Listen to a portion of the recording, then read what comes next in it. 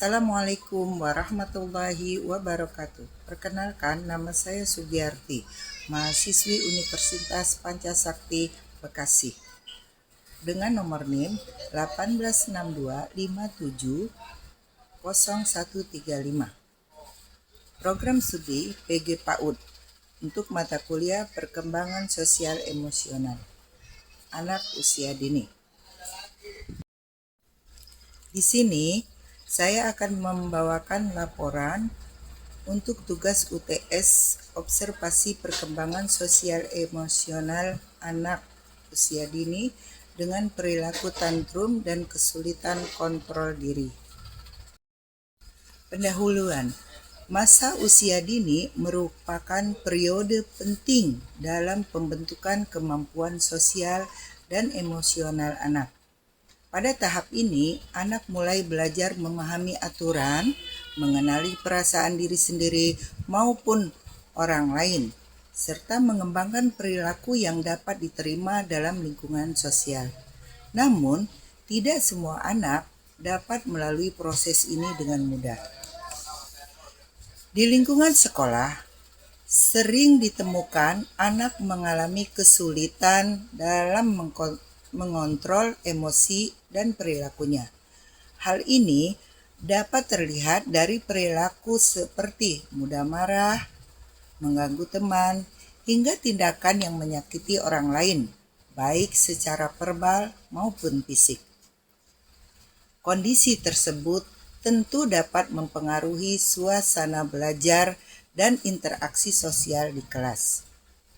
Hasil pengamatan di TKK Al-Istiqomah Karawang menunjukkan adanya seorang anak yang berinisial NF yang memperlihatkan perilaku kurang kondusif selama kegiatan berlangsung.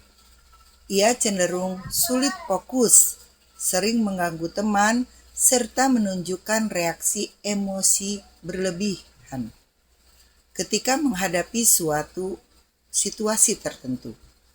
Oleh karena itu, observasi ini dilakukan untuk memahami karakteristik perilaku anak serta mencari alternatif penanganannya. B. Identitas subjek. Nama NF. Usia 5-6 tahun. Jenis kelamin laki-laki. Kelas B. Lokasi TKK Al-Istiqomah Karawang. NF merupakan anak yang aktif, ekspresif, dan memiliki rasa ingin tahu tinggi. Namun, dalam situasi terstruktur seperti pembelajaran, ia cenderung kesulitan mengikuti aturan yang ada. C. Deskripsi perilaku. Selama kegiatan pembelajaran dan aktif rutin di kelas, NF menunjukkan beberapa perilaku yang menonjol, antara lain 1. Sering berpindah tempat dan tidak menyelesaikan tugas. 2. Mengajak temannya berbicara saat kegiatan berlangsung. Yang ketiga, mengganggu konsentrasi teman di kelas. Yang keempat, tidak tertib saat kegiatan baris atau antri. Kelima, mengeluarkan kata-kata yang membuat teman tersinggung. Keenam, melakukan tindakan fisik seperti mendorong atau menarik teman. Ketujuh, selalu menunjukkan reaksi marah berlebihan ketika ditegur atau tersinggung. Interpretasi perilaku. Berdasarkan pengamatan, perilaku NF dapat dipahami sebagai bagian dari proses pembelajaran yang belum optimal, khususnya dalam aspek pengendalian diri. Beberapa kecenderungan yang terlihat antara lain. 1. Anak memiliki dorongan aktivitas yang tinggi sehingga sulit diam. Yang kedua, anak belum mampu menunda keinginan atau mengatur impuls. Yang ketiga, anak mengekspresikan emosi secara langsung tanpa mempertimbangkan dampaknya. Yang keempat, anak membutuhkan perhatian lebih dalam situasi kelompok.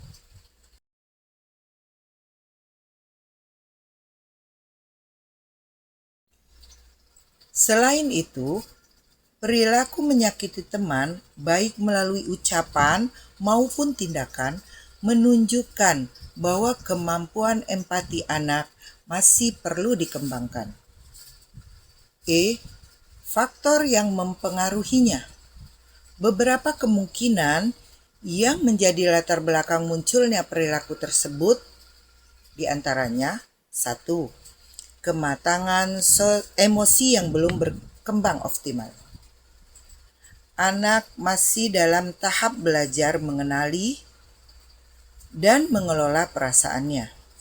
Yang kedua, kebutuhan aktivitas fisik yang tinggi. Kurangnya kesempatan bergerak dapat membuat anak melampiaskan energinya secara tidak tepat. Yang ketiga, minimnya keterampilan sosial. Anak belum sepenuhnya memahami cara berinteraksi yang baik dengan teman. Yang keempat, kurangnya ketertarikan terhadap kegiatan tertentu. Aktivitas yang kurang variatif dapat memicu kebosanan. Dampak terhadap lingkungan belajar. Perilaku yang ditunjukkan NF memberikan pengaruh terhadap situasi kelas, di antaranya 1. Mengganggu konsentrasi siswa yang lain. Kedua, menyebabkan ketidaknyamanan pada temannya. Ketiga, memicu konflik antar anak. Keempat, menghambat proses pembelajaran yang efektif. Yang kelima, mengurangi kesempatan anak untuk berkembang secara optimal. G. Strategi penanganannya. Untuk membantu perkembangan perilaku anak menjadi lebih baik, diperlukan beberapa pendekatan sebagai berikut. 1. Pendekatan dari guru itu sendiri. Guru dapat memberikan arahan secara konsisten dengan bahasa yang sederhana dan mudah dipahami. Selain itu, kegiatan pembelajaran perlu dirancang lebih interaktif agar anak tetap terlibat aktif. Memberikan penguatan positif ketika anak menunjukkan perilaku baik, itu juga dapat membantu. Yang kedua, dukungan dari orang tua. Orang tua diharapkan dapat melatih kebiasaan disiplin di rumah, serta membantu anak mengenali emosi yang dirasa. Komunikasi yang baik antara orang tua dan guru juga sangat penting. 3. Pembiasaan perilaku positif. Anak perlu dibimbing untuk memahami aturan melalui kegiatan sehari-hari, seperti menunggu giliran, berbagi, meminta maaf, dan meminta tolong apabila butuh bantuan. Keempat, penyaluran energi anak. Memberikan aktivitas fisik seperti permainan gerak dapat membantu anak mengurangi perilaku impulsif. H. Refleksi.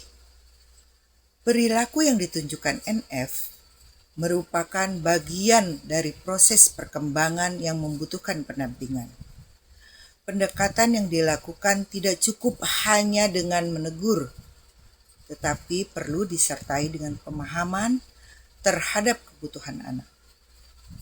Kesabaran, konsisten, serta kerjasama antara guru dan orang tua menjadi kunci dalam membantu anak berkembang ke arah yang lebih baik. Kesimpulannya, NF menunjukkan kesulitan dalam mengontrol emosi, menjadi fokus, dan berinteraksi secara positif dengan teman. Perilaku tersebut dipengaruhi oleh berbagai faktor, baik dalam diri anak itu sendiri maupun lingkungannya.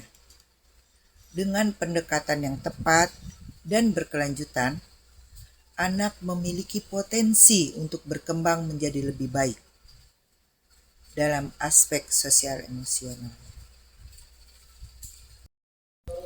Demikianlah hasil laporan observasi perkembangan sosial emosional anak dengan perilaku tantrum dan kesulitan mengontrol diri.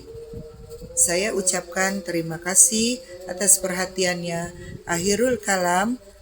Assalamualaikum warahmatullahi wabarakatuh.